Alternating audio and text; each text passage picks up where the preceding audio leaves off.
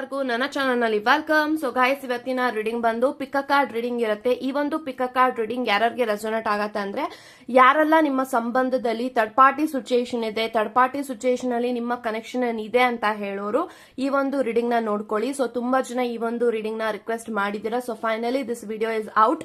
So third party situation end ಆಗತ್ತಾ, so third party situation ಯಾವಾಗ end ಆಗತ್ತೆ, so ಪ್ರತಿಯೊಂದು ಮಾಹಿತಿನ ಇಲ್ಲಿ ತಿಳಿಸ್ಕೊಡ್ತೀನಿ.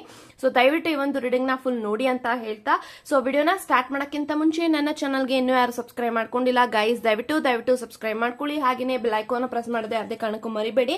ಇಲ್ಲಿ ನಾನು 2 ಕ್ರಿಸ್ಟಲ್ಸ್ ನ ಕೊಟ್ಟಿದ್ದೀನಿ.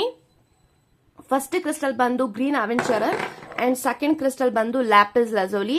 ಇವೆರಡು ಕ್ರಿಸ್ಟಲ್ ಅಲ್ಲಿ ಯಾವ ಕ್ರಿಸ್ಟಲ್ ನಮಗೆ ಅಟ್ರಾಕ್ಟ್ ಆಗ್ತಾ ಇದೆ ಆ ಕ್ರಿಸ್ಟಲ್ ನ ನೀವು ಚೂಸ್ ಮಾಡ್ಕೊಳ್ಳಿ.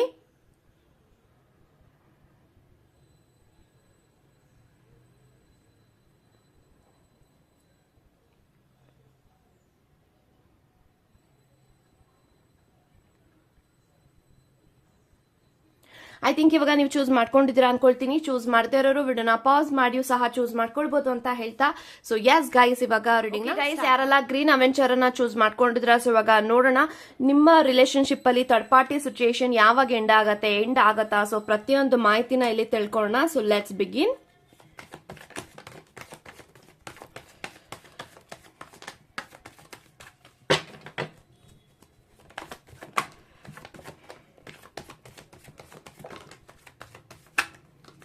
Okay, so bottom of the card ನಂಗೆ 4 ಆಫ್ ಪೆಂಟಿಕಲ್ಸ್ ಇದೆ. ಸೊ ಗೈಸ್ ಯಾರೆಲ್ಲ ಫಸ್ಟ್ ಪೈಲ್ ನ ಇಲ್ಲಿ ಚೂಸ್ ಮಾಡಿದ್ದೀರಾ, I have 4 of pentacles, 10 of wands, devil card, okay, Moon, 5 of pentacles, ace of pentacles, 6 of pentacles, 3 of swords, 3 of wands, ಅದ್ರ ಜೊತೆಗೆ I have hierophant.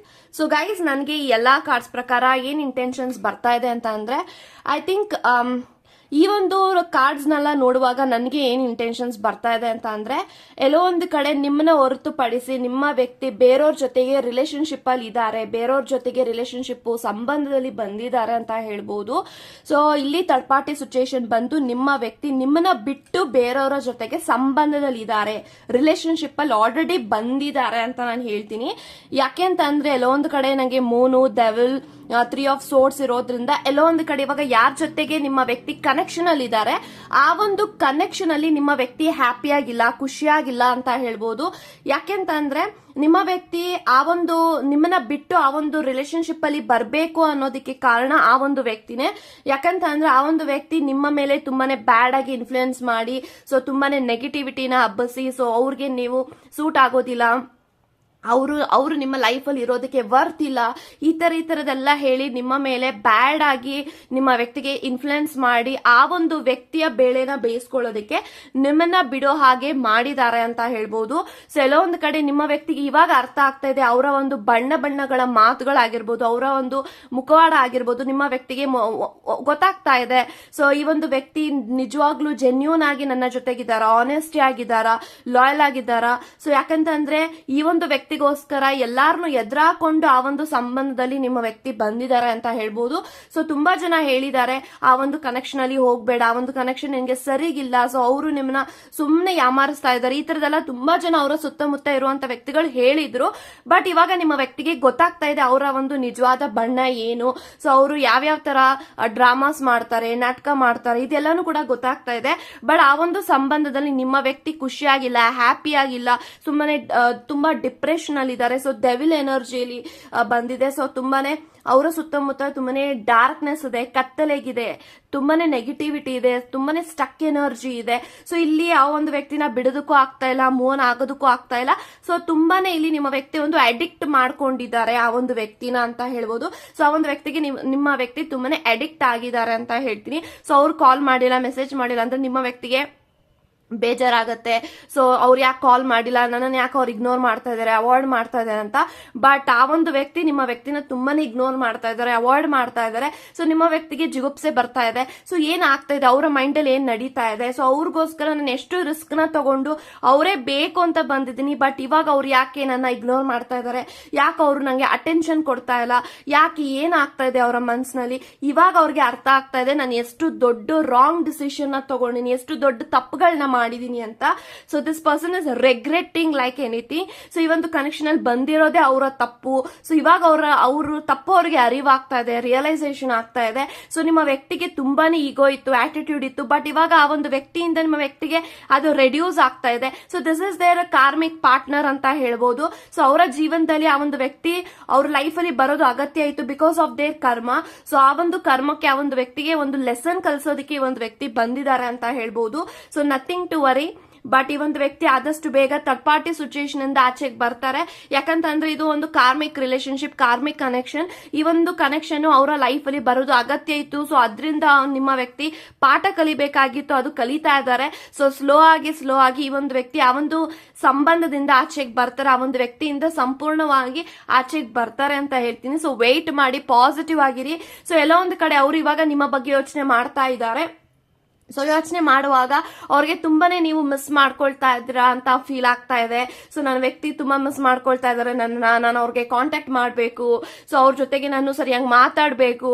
So ಆಗೋಗಿದೆ, ಅದನ್ನ ಇವಾಗ ಚೇಂಜ್ ಮಾಡೋದಿಕ್ ಆಗೋದಿಲ್ಲ. ಸೊ ನಂಗೊಂದು ಚಾನ್ಸ್ ಕೊಡಿ ಅಂತ ಕೇಳಬೇಕು. ಇದೆಲ್ಲಾನು ಕೂಡ ಅವ್ರಿಗೆ ಆಸೆ ಇದೆ. ಬಟ್ ಇವಾಗ ಸದ್ಯಕ್ಕೆ ಅವರು ನಿಮ್ಮ ವ್ಯಕ್ತಿನ ಬಿಡೋಕ್ ರೆಡಿ ಇಲ್ಲ. ಈ ಕಡೆ ಅವ್ರ ಪಾಡಿಗೆ ಅವ್ರು ಇರೋದಿಕ್ ಬಿಡ್ತಾ ಇಲ್ಲ. ಸೊ ಅವ್ರನ್ನ ಇಗ್ನೋರ್ ಮಾಡಕ್ಕೆ ಅಂತಾನೂ ಇರ್ತಾರೆ. ಕೆಲವೊಂದ್ಸತಿ ಅವ್ರು ಬೇಕು ಅಂತಾನು ಆಟಾಡಿಸ್ತಾ ಇದ್ದಾರೆ ನಿಮ್ಮ ವ್ಯಕ್ತಿನ. ಸೊ ತುಂಬಾನೇ ಬ್ಲಾಕ್ ಮ್ಯಾಜಿಕ್, ಬ್ಲಾಕ್ ಎನರ್ಜೀಸ್ ಕಾಣಿಸ್ತಾ ಇದೆ. ಸೊ ಐ ಥಿಂಕ್ ಈ ಒಂದು ವ್ಯಕ್ತಿ ಬೇಕು ಅಂತ ಒಂದು ಕನೆಕ್ಷನ್ಗೆ ಹೋಗಿಲ್ಲ. So some sort of black magic ಮಾಡಿ ಆ ಒಂದು ವ್ಯಕ್ತಿ ನಿಮ್ಮ ವ್ಯಕ್ತಿನ ವಶಪಡಿಸ್ಕೊಂಡಿರ್ಬೋದು. ಇದು ಕೂಡ ತುಂಬಾ ಚಾನ್ಸಸ್ ಇದೆ. But trust this process, this person will definitely come back to you ಅಂತ ಹೇಳ್ತೀನಿ. So third party situation definitely end ಆಗುತ್ತೆ ವಿತ್ ಇನ್ ದಿಸ್ ಇಯರ್. ಈ ಒಂದು ವರ್ಷದ ಒಳಗಡೆ ಥರ್ಡ್ ಪಾರ್ಟಿ ಸಿಚುಯೇಷನ್ ಎಂಡ್ ಆಗುತ್ತೆ ಅಂತ ಹೇಳ್ತಾ. So thank you so much guys. Okay guys, ಯಾರೆಲ್ಲ ಲ್ಯಾಪಿಸ್ ಲಜೋಲಿನ ಚೂಸ್ ಮಾಡ್ಕೊಂಡಿದ್ದೀರಾ, ಸೊ ಇವಾಗ ನೋಡೋಣ ಥರ್ಡ್ ಪಾರ್ಟಿ ಸಿಚುಯೇಷನ್ ಎಂಡ್ ಆಗುತ್ತೆ, ಥರ್ಡ್ ಪಾರ್ಟಿ ಸಿಚುಯೇಷನ್ ಯಾವಾಗ ಎಂಡ್ ಆಗುತ್ತೆ, ಪ್ರತಿಯೊಂದು ಮಾಹಿತಿನ ಇಲ್ಲಿ ತಿಳ್ಕೊಳ್ಳೋಣ. So let's begin.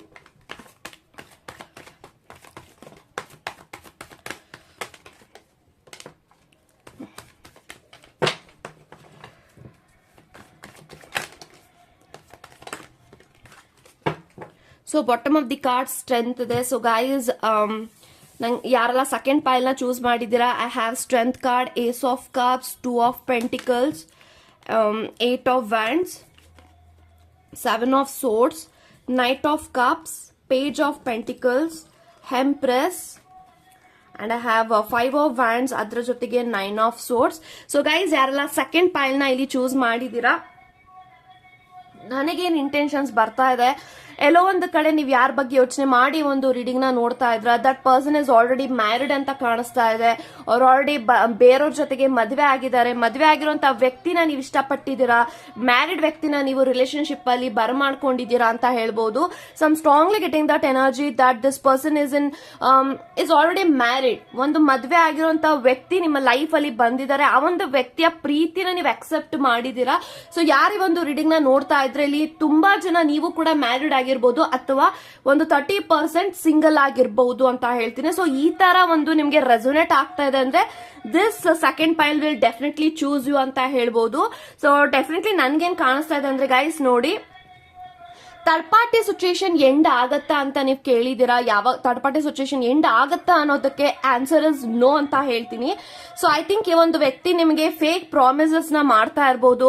ಸೊ ನನಗೆ ನೀನೇ ಇಂಪಾರ್ಟೆಂಟು, ನೀನೇ ಸ್ಪೆಷಲ್, ನಾನು ನಿನ್ನ ಜೊತೆಗೆ ಲೈಫ್ ನ ಲೀಡ್ ಮಾಡ್ತೀನಿ, ನಿನ್ನ ಜೊತೆಗೆ ನಾನು ಲೈಫ್ ಅಲ್ಲಿ ಬದುಕೋದು, ಈ ತರದೆಲ್ಲ ನಿಮಗೆ ಫೇಕ್ ಪ್ರಾಮಿಸಸ್ ನ ಮಾಡ್ತಾ ಇರ್ಬೋದು. But that is not a real promise ಅಂತ ಹೇಳ್ತೀನಿ. ಯಾಕೆಂತಂದ್ರೆ ಈ ಒಂದು ವ್ಯಕ್ತಿ ಅವರು ಯಾರ ಜೊತೆಗೆ ನಿಮ್ಗಿಂತ ಮುಂಚೆ ಇದ್ದಾರೆ, ಅವರು ಹಸ್ಬೆಂಡ್ ಆಗಿರ್ಬೋದು, ಅವರ ವೈಫ್ ಆಗಿರ್ಬೋದು, ಆ ಒಂದು ವ್ಯಕ್ತಿಗಳಿಗೆ ಈ ಒಂದು ವ್ಯಕ್ತಿ ಐ ಥಿಂಕ್ ನನ್ಗೇನ್ ಕಾಣಿಸ್ತಾ ಇದೆ ಅಂತ ಅಂದ್ರೆ, ನೀವು ಇಲ್ಲಿ ಮೋಸ ಹೋಗ್ತಾ ಇದ್ದೀರಾ, ನೀವು ಇಲ್ಲಿ ನಿಮಗಿಲ್ಲಿ ಚೀಟಿಂಗ್ ಆಗ್ತಾ ಇದೆ, you are becoming a fool ಅಂತ ಹೇಳ್ಬೋದು. ಯಾಕೆಂತಂದ್ರೆ ನಿಮಗೆ ಏನ್ ಈ ಒಂದು ವ್ಯಕ್ತಿ ಪ್ರಾಮಿಸಸ್ ನ ಮಾಡ್ತಾ ಇದ್ರೆ ಅದನ್ನ ಯಾವತ್ತಿಗೂ ಉಳಿಸ್ಕೊಳ್ಳೋದಿಕ್ ಆಗೋದಿಲ್ಲ ಈ ಒಂದು ವ್ಯಕ್ತಿ ಕೈಲಿ. ಯಾಕಂತಂದ್ರೆ ಅವ್ರ ಲೈಫಲ್ಲಿ ಆಲ್ರೆಡಿ ಅವ್ರ ಹಸ್ಬೆಂಡ್ ಇದಾರೆ, ವೈಫ್ ಇದಾರೆ, ಅವ್ರನ್ನ ನಂಬ್ಕೊಂಡಿರುವಂತ ಫ್ಯಾಮಿಲಿ ಇದೆ. ಸೊ ಆ ಒಂದು ಫ್ಯಾಮಿಲಿನ ಬಿಟ್ಟು ನಿಮಗೋಸ್ಕರ ಈ ಒಂದು ವ್ಯಕ್ತಿ ಯಾವುದೇ ಕಾರಣಕ್ಕೂ ರಿಸ್ಕ್ ನ ತಗೊಳೋದಕ್ಕೆ ಇಷ್ಟ ಇಲ್ಲ. ಸೊ ರಿಸ್ಕ್ ನ ಅವ್ರು ತಗೊಳ್ಳೋದು ಇಲ್ಲ ಅಂತ ಹೇಳ್ತೀನಿ. ಈ ತರ ನಿಮ್ಮ ವ್ಯಕ್ತಿ ಹೇಳ್ತಾ ಇದ್ದಾನೆ ಅಂದ್ರೆ ದಟ್ ಈಸ್ ಸಮಥಿಂಗ್ ಫೇಕ್. ಓಕೆನಾ. ಸೊ ಐ ಥಿಂಕ್ ಈ ಒಂದು ವ್ಯಕ್ತಿ ಥರ್ಡ್ ಪಾರ್ಟಿ ಸಿಚುಯೇಷನ್ ಆಚೆಗೆ ಬರ್ತಾರಾ ಅಂದ್ರೆ definitely it is a no. ಅವರು ಥರ್ಡ್ ಪಾರ್ಟಿ ಸಿಚುಯೇಷನ್ ಮೇಲೆ ತುಂಬಾನೇ ಡಿಪೆಂಡ್ ಆಗಿದ್ದಾರೆ, ಅವ್ರ ಹಸ್ಬೆಂಡ್ ಮೇಲೆ ತುಂಬಾ ಡಿಪೆಂಡ್ ಆಗಿದ್ದಾರೆ, ಅವರ ವೈಫ್ ಮೇಲೆ ತುಂಬಾ ಡಿಪೆಂಡ್ ಆಗಿದ್ದಾರೆ.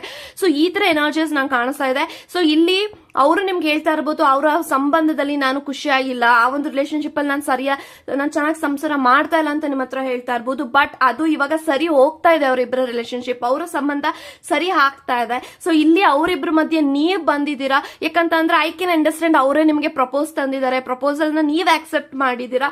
ಸೊ ಆ ಒಂದು ವ್ಯಕ್ತಿನೇ ನಿಮ್ಮಿಂದ ಬಿದ್ದಿದ್ದಾರೆ. ಬಟ್ ಆ ಒಂದು ವ್ಯಕ್ತಿ ಇವಾಗ ಏನ್ ಹೇಳ್ತಾ ಇದ್ರೆ definitely that is not true ಅಂತ ಹೇಳ್ಬೋದು. ಸೊ ಇಲ್ಲಿ ನಿಮ್ಗೆ ಮೋಸ ನಡೀತಾ ಇದೆ, ಚೀಟಿಂಗ್ ನಡೀತಾ ಇದೆ, ಬಿಕಾಸ್ 7 ಆಫ್ ಸೋರ್ಸ್ ಇದೆ. ಸೊ ಈ ಒಂದು ವ್ಯಕ್ತಿ ನಿಮ್ಮ ನಂಬಿಕೆಗೆ ಅರ್ಹರಲ್ಲ. ಓಕೆನಾ. You have to move on to this person. ಈ ಒಂದು ವ್ಯಕ್ತಿನ ಬಿಟ್ಟು ನೀವು ಈ ಒಂದು ವ್ಯಕ್ತಿನ ಲೆಟ್ ಗೋ ಮಾಡ್ಬೇಕಾಗುತ್ತೆ, ಮೂವ್ ಆನ್ ಆಗ್ಬೇಕಾಗತ್ತೆ. ಎಸ್ಪೆಷಲಿ ಯಾರೆಲ್ಲ ಸಿಂಗಲ್ ಆಗಿದ್ದೀರಾ, ಸಿಂಗಲ್ ಆಗಿದ್ದು ಮ್ಯಾರಿಡ್ ವ್ಯಕ್ತಿಗಳ ಜೊತೆಗೆ ರಿಲೇಶನ್ಶಿಪ್ ಅಲ್ಲಿ ಬಂದಿದ್ದೀರಾ, guys you have lots of opportunities. So ನಿಮ್ಗೆ ತುಂಬಾನೇ ಆಪರ್ಚುನಿಟೀಸ್ ಇದೆ ನಿಮ್ಮ ರಿಲೇಶನ್ಶಿಪ್.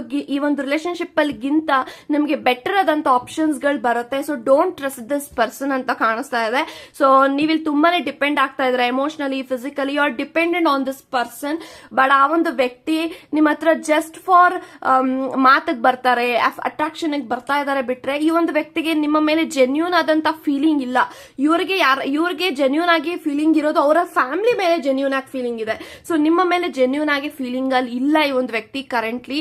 ಸೊ ಅವರು ಇನಿಷಿಯಲ್ ಡೇಸ್ ಅಲ್ಲಿ ಅವ್ರು ನಿಮ್ ಜೊತೆ ಚೆನ್ನಾಗಿ ಇರಬಹುದು, but now this person is fully changed ಅಂತ ನಂಗೆ ಕಾಣಿಸ್ತಾ ಇದೆ. ಇವಾಗ ಆಲ್ರೆಡಿ ನಿಮ್ಮ ವ್ಯಕ್ತಿ ನಿಮ್ಮನ್ನ ಅವಾಯ್ಡ್ ಮಾಡ್ತಾ ಇದಾರೆ, ನೋ ಕಾಂಟ್ಯಾಕ್ಟ್ ಬರ್ತಾ ಇದ್ರು, ಆನ್ ಅಂಡ್ ಆಫ್ ಕಮ್ಯುನಿಕೇಶನ್ ಬರ್ತಾ ಇದ್ದೀರಾ. ಸೊ ಅರ್ಥ ಮಾಡ್ಕೊಳ್ಳಿ ಏನ್ ನಡೀತಾ ಇದೆ ಅವರ ಜೀವನದಲ್ಲಿ ಅಂತ. ಬಿಕಾಸ್ ನಿಮಗೂ ಜೀವನ ಇದೆ, ಅವ್ರಿಗೂ ಜೀವನ ಇದೆ, ಅವ್ರಿಗೆ ಆಲ್ರೆಡಿ ಮದ್ವೆ ಆಗಿ ಮಕ್ಕಳು ಇರಬಹುದು. ಬಟ್ ಇಲ್ಲಿ ನೀವ್ ಇನ್ನೂ ಸಿಂಗಲ್ ಆಗಿದ್ರ ಅಥವಾ ನೀವ್ ಮ್ಯಾರಿಡ್ ಆಗಿದ್ದೀರಾ ಅಂದ್ರೆ ಮ್ಯಾರಿಡ್ ವ್ಯಕ್ತಿಗಳಿಗೆ ಇದು ಜಾಸ್ತಿ ಪ್ರಾಬಬ್ಲಿ ಪ್ರಾಬ್ಲಮ್ಸ್ ಆಗೋದಿಲ್ಲ. ಇಲ್ಲಿ ಯಾರೆಲ್ಲ ಸಿಂಗಲ್ ಆಗಿದ್ರೆ ಮೇ ಬಿ ನಿಮ್ಗೆ ಪ್ರಾಬ್ಲಮ್ಸ್ ಆಗುತ್ತೆ. ಬಿಕಾಸ್ ನಿಮ್ಗೆ ಲೈಫ್ ಇದೆ, ಆಪ್ಷನ್ಸ್ ಇದೆ, ಆಪರ್ಚುನಿಟೀಸ್ ಇದೆ, ಬೇರೆ ಸಂಬಂಧ, ಬೇರೆ ರಿಲೇಶನ್ಶಿಪ್ ಅಂತ. ಬಟ್ ಟ್ರಸ್ಟ್ ಮಾಡಕ್ಕೆ ಈ ಒಂದು ವ್ಯಕ್ತಿನ ಹೋಗಬೇಡಿ. ಯಾಕಂತಂದ್ರೆ ಆ ಒಂದು ವ್ಯಕ್ತಿ ನಿಮಗೋಸ್ಕರ ಬಿಟ್ಟು ಬರೋದಕ್ಕೆ ರೆಡಿ ಇರೋದಿಲ್ಲ. ಆ ಒಂದು ವ್ಯಕ್ತಿ ನಿಮ್ಗೆ ಏನ್ ಮಾಡ್ತಾ ಇದ್ರೆ that is a fake promise ಅಂತ ಹೇಳ್ತೀನಿ. So third party situation end ಆಗೋದಿಲ್ಲ, ಅವರು ಆ ಒಂದು ವ್ಯಕ್ತಿನ ಬಿಟ್ಟು ನಿಮ್ಮ ಜೊತೆಗೆ ಬರೋದಿಲ್ಲ. So it is all about ಆ ಒಂದು ಈಟ್ ಆಫ್ ಮೊಮೆಂಟ್ ಅಲ್ಲಿ ಅವರು ನಿಮ್ಗೆ ಪ್ರಾಮಿಸ್ ಮಾಡಿರ್ಬೋದೇ ಬಿಟ್ರು ಆ ಒಂದು ಪ್ರಾಮಿಸಸ್ ನ ಯಾವತ್ತಿಗೂ ನಿಮ್ಮ ವ್ಯಕ್ತಿ ಫುಲ್ಫಿಲ್ ಮಾಡೋದಿಲ್ಲ ಅಂತ ಹೇಳ್ತಾ be careful, take care of your self. So ಈ ಒಂದು ವ್ಯಕ್ತಿನ ಮೂವ್ ಆಗಿ ಲೆಟ್ ಗೋ ಮಾಡಿ ನಿಮ್ಮ ಲೈಫ್ ಅಲ್ಲಿ ಅಂತ ಹೇಳ್ತಾ all the very best guys.